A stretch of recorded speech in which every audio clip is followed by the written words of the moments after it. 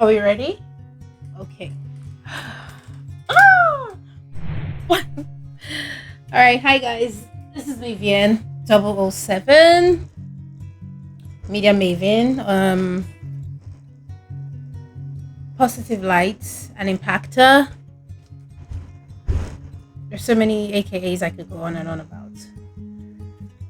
Today's topic really weighs heavy on me because, I mean, divorce is not something we take lightly these days, this part of the world, or even anywhere. But it's happening. It's going on and on. I've done my latest survey, and I think I know the 10 top reasons why people go through a divorce. Pardon me if, I feel this way. My feelings, the love of my life happens to be a divorcee. So it's a very sensitive topic. And I feel he struggles to kind of like just go ahead with total commitment. Like he's always looking for a loophole or something, sorry, because he doesn't want to get it wrong again. He's so afraid to go through it for the second time, and it's never something anybody wants to go through, but it happens to us, to people in general. So I kind of like made a list. Now, if you ask me, why do you feel you're certified to talk about this, and why do you feel these are the main reasons, being that I've never been married, or you feel I don't have the experience or the know-how, I've been around people. I've had a sibling go through divorce, and I saw how shattered she was, and that fear gripped me too. Like it almost leaked into my relationship. I think, in fact, it did leak into my relationship, but we found a way to overcome it. Yeah. Anyways, there are different reasons why people, you know, go through a divorce. So I'm going to share with you the root causes of a divorce. Now I had to write it down because I'm one who likes to just be inspired and just talk on and on and on. But then for such a sensitive topic, you need like a long list. Like you can see, it's a full book of things.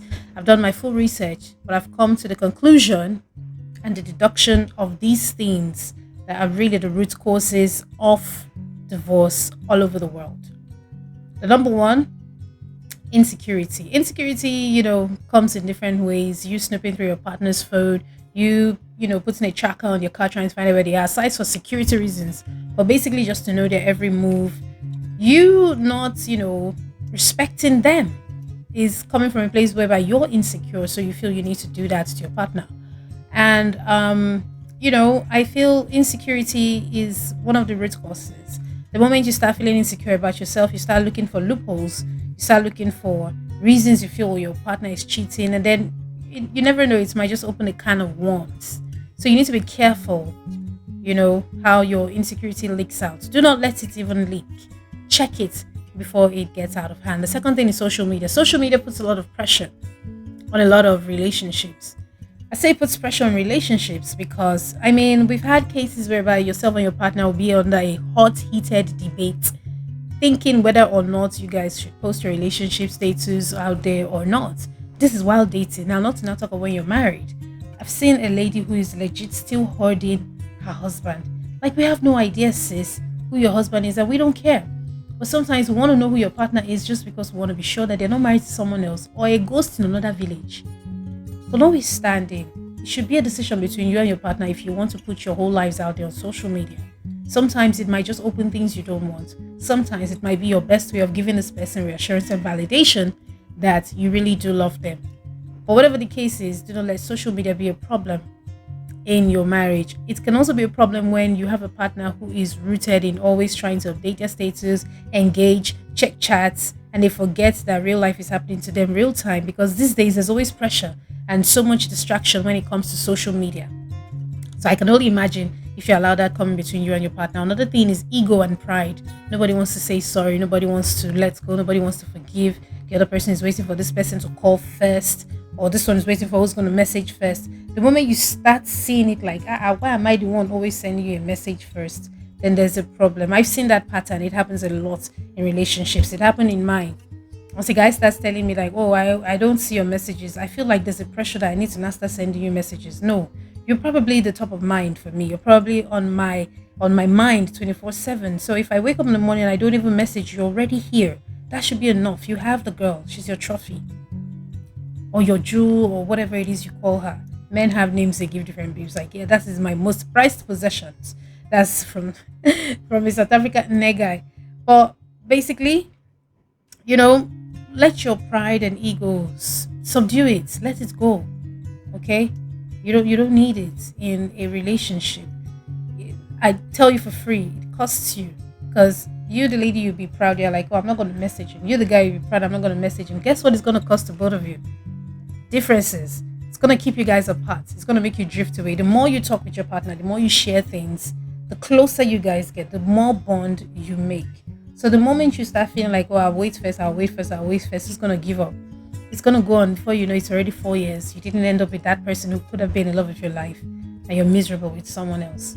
So check your pride, check your ego, leave it out the window when you're getting married. Another thing is family. Yes, family.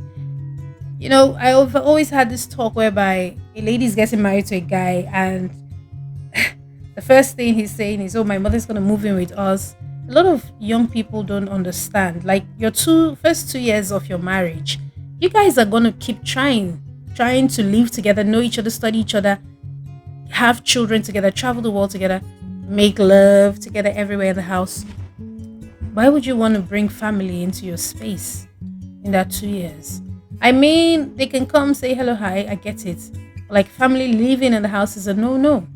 Now, if you do have an understanding partner, be it male or female, talk with them. Be sure it's okay. You don't just assume, like, oh, this has to be my way. No. Think about, okay, how does this make this person feel? I mean, family comes first. Family is always important. For one, I'm someone that I was like, oh, when I do get married, my mom's going to be living with me. God bless her soul. She's in heaven right now. But at the same time, even my mom's called me and said, nope, when you get married, I will leave you and your husband for your first 2 years because I need you to have children, to understand each other, to love each other. So think about it before you start bringing family into the matrimonial home. Talk first, have a discussion and reach an agreement. Don't just assume it is okay to do it. Snap, I need to keep checking if this thing is still recording because I don't have power, but before my battery runs out, I'm going to do this again. Friends comes in at number 5. I'll stop at number 5. I'll continue the next 5 another day. Number 5 says friends. The people you hang out with is very important. Show me your friend and I'll tell you who you are, they always say. Watch your pair, watch your flock, your company. It's real vital. Watch what your friends tell you, how they advise you, how they lead you on.